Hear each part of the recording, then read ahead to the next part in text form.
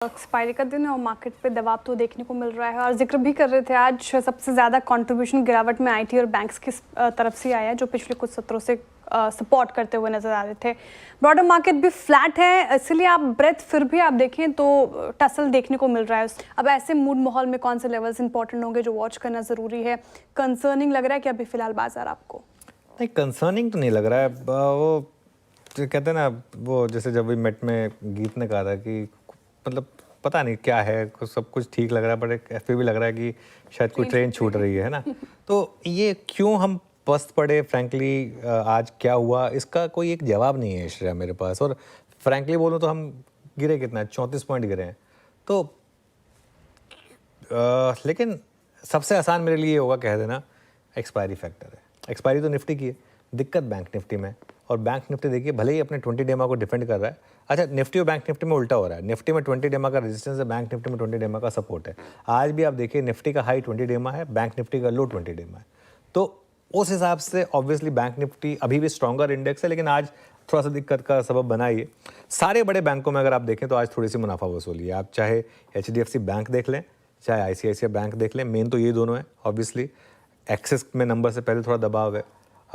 SBI भी आज सुबह के मूव के बाद नहीं चला ज़्यादा, तो मतलब ग्रीन में है लेकिन बहुत ज़्यादा नहीं चला। तो ये थोड़ी सी दिक्कत है। और एक और चीज़, थोड़ा सा रिलायंस नरम पड़ा है नंबर से पहले। कल रिलायंस के नंबर्स आने हैं, उससे पहले यहाँ पर थोड़ी सी आप देखेंगे अगर तो सॉफ्टनेस आई है। लेवल्स की जहाँ तक बात है श्रेया, क्योंकि आज एक्सपायरी है, मैं सिर्फ 2 लेवल्स तक अपने आप को रिस्ट्रिक्ट रखूँगा। बहुत ज़्यादा लंबे चौड़े लेवल्स देने का मतलब नहीं है। सपोर्ट जोन जो आपका है वो 25,100 से 25,150 के बीच में, 25,150 पर मैसिव पुट राइटिंग हुई है। और रेजिस्टेंस आपका 25,200 से 25,250 में।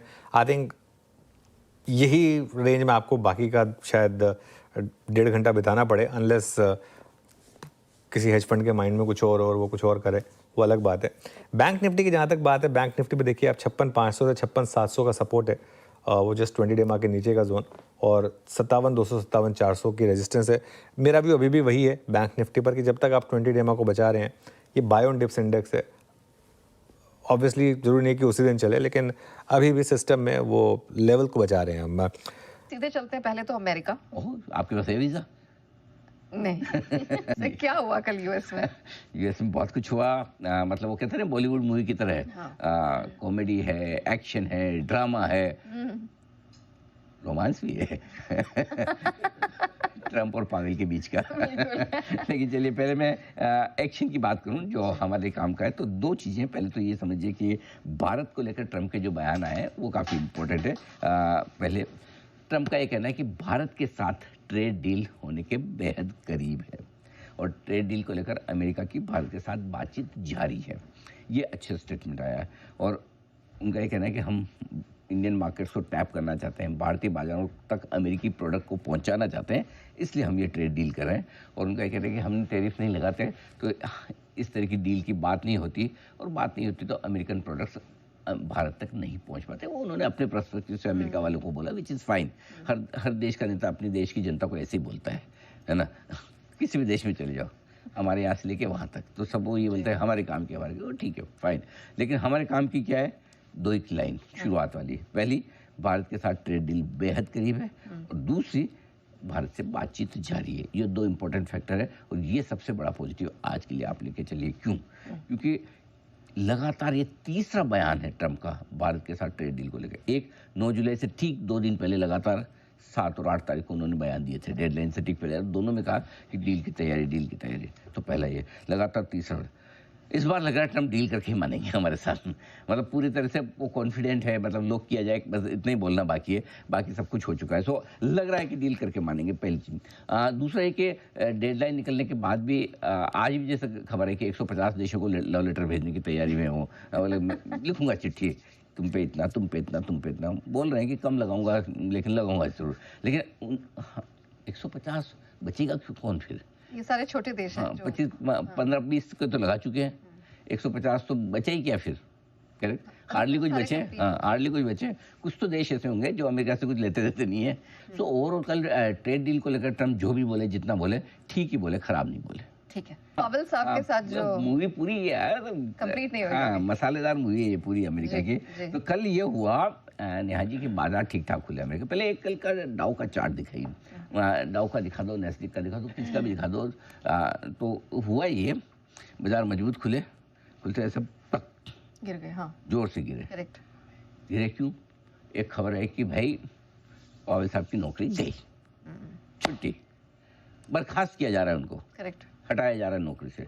और ये सुनते ही लगा झटका अमेरिका को। मैं बताऊं आपको, इतनी तेजी से घटा अमेरिका के बाद लोग समझ नहीं पाए हुआ क्या। मतलब खुला 125-150 पॉइंट ऊपर था, मैंने भी देखा, मैं भी रात को 11 बजे देखा, मैंने 150 ऊपर है, ठीक है, मतलब लाइफ कूल है अमेरिका में, सो जाते हैं। नहीं खैर, खराब भी होता तो मैं सोता ही, ऐसी बात नहीं है, और मेरे जागने से भी कोई ये बढ़ना गिरना फर्क है। लेकिन उसके बाद लगा झटका, मतलब 44,300 के आसपास डाउ पहुंचा और वहाँ से सीधा 43,700-800 तक, मतलब करीबन 400-500 पॉइंट की एकदम गोता लगाया। करेक्ट। गोता लगाया, लगा भाई बर्खास्त गई नौकरी इनकी तो। लेकिन ट्रम्प साहब ने तुरंत शॉर्ट काटने वालों को और लॉन्ग करने वालों को राहत दी कि भाइयों देखो ऐसा है, ये खबर फालतू है, मैं ऐसा कुछ नहीं करने जा रहा, मेरी फेड चेयरमैन को पद से हटाने की कोई योजना नहीं। अब अचानक से उनका प्यार क्यों कहाँ से जागा, ये अमेरिका जाने, अमेरिका के बाजार वाले जाने, हमें नहीं पता।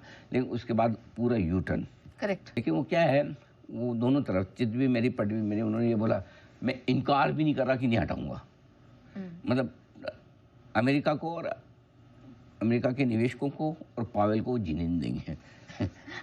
बोले आज नहीं हटा रहा, लेकिन मैं कभी भी हटा सकता हूँ। सो कुल मिला के बड़ा हाई वोल्टेज ड्रामा था ओके। अमेरिका। हमारे मार्केट्स पे आते हैं सर, वही एफआईआईस, ये तो बिकवाली से पीछे हटने का नाम ही नहीं ले रहे। हाँ, कल थोड़ा सा सरप्राइजिंग लगा नेहा मुझे कि कल जिस तरह से एफआईआईस ने बेचा, लगा नहीं था स्क्रीन देख के कि इतना बेचेंगे। कैश में तो खैर मैं कॉन्फिडेंट नहीं था कि डेटा खरीदारी के आएंगे, लेकिन एफएनओ में इतना बेच कर आएंगे वो लगा नहीं था। 1850 करोड़ की कैश में बिकवाली है, 690 करोड़ के स्टॉक इंडेक्स फ्यूचर्स भी ठीक है, ज़्यादा नहीं है। स्टॉक फ्यूचर्स काफ़ी बेच डाले, 3600 करोड़ के, this is little too much. और 6200 करोड़ के आसपास की डायरेक्शनल बिकवाली कैश स्टॉक इंडेक्स फ्यूचर्स मिला के थोड़ी सी बड़ी मानी जाएगी। और स्क्रीन भी नहीं दिखा रही थी कि इतने खराब है। करेक्ट। डिब्बी मिली तो एक ही मिली, कोई बार बार और लगातार नहीं मिली कि ऐसे लगे कि आप बहुत ख़राब हो रहे हैं। तो मेरा ये मानना है कि हाँ, ऑफ कोर्स इसमें कोई डाउट नहीं कि नंबर थोड़े से एफआईआईस के जो देख के है वो मूड ख़राब करने वाले हैं या आपकी तेज़ी को और थोड़े से रोकने वाले हैं। पॉइंट ये है कि एफआईआईस अभी भी बहुत, मतलब खरीदारी के मूड में नहीं आ रहे ऑनेस्टली।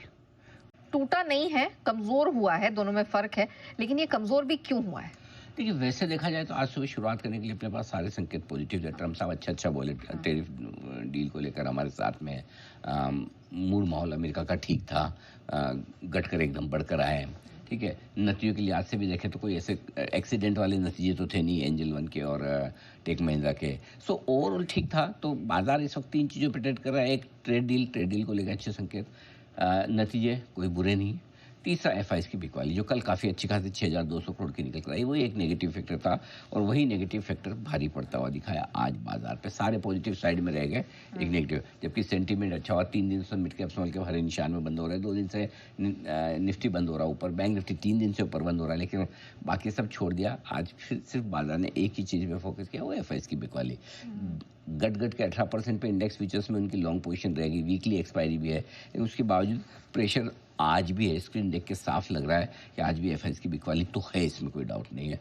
अब कम है या ज़्यादा है वो देखने वाली बात है, लेकिन है, ये बात पक्की है।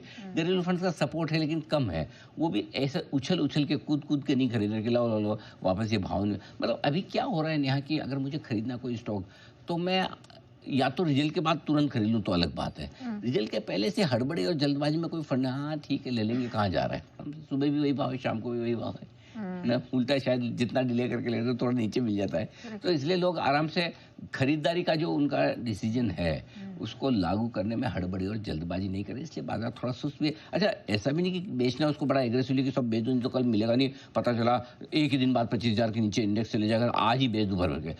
बेचने वाले को भी नहीं लग रहा कि बहुत ज़्यादा बेचना है, करेक्ट। सो इसलिए एकदम सुस्ती वाला काम है। भगवान जाने किस वजह से सुस्ती टूटेगी। आज तो बहुत सारे रिजल्ट है, कौन तोड़ दी सुस्ती पता नहीं। सारे, हाँ।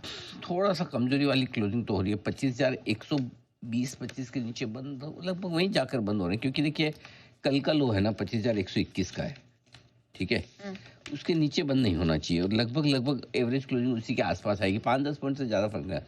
तो आपको ये बाजार डे लो पर तो बंद होते हुए दिख रहा है, कल के लो पे भी बंद होते दिख रहा है, लेकिन तोड़ के ऐसा भी नहीं बंद हो रहा कल के लो के ऊपर की नीचे के जो मतलब एकदम निर्णायक तौर पर। तो मेरे ख्याल से एक दिन और इंतजार कर लेना ठीक है नेहा। हम लॉन्ग पोजिशन अगर हैं तो 25,000 का पुट लेकर जाएंगे ताकि एक सेफ्टी रहे।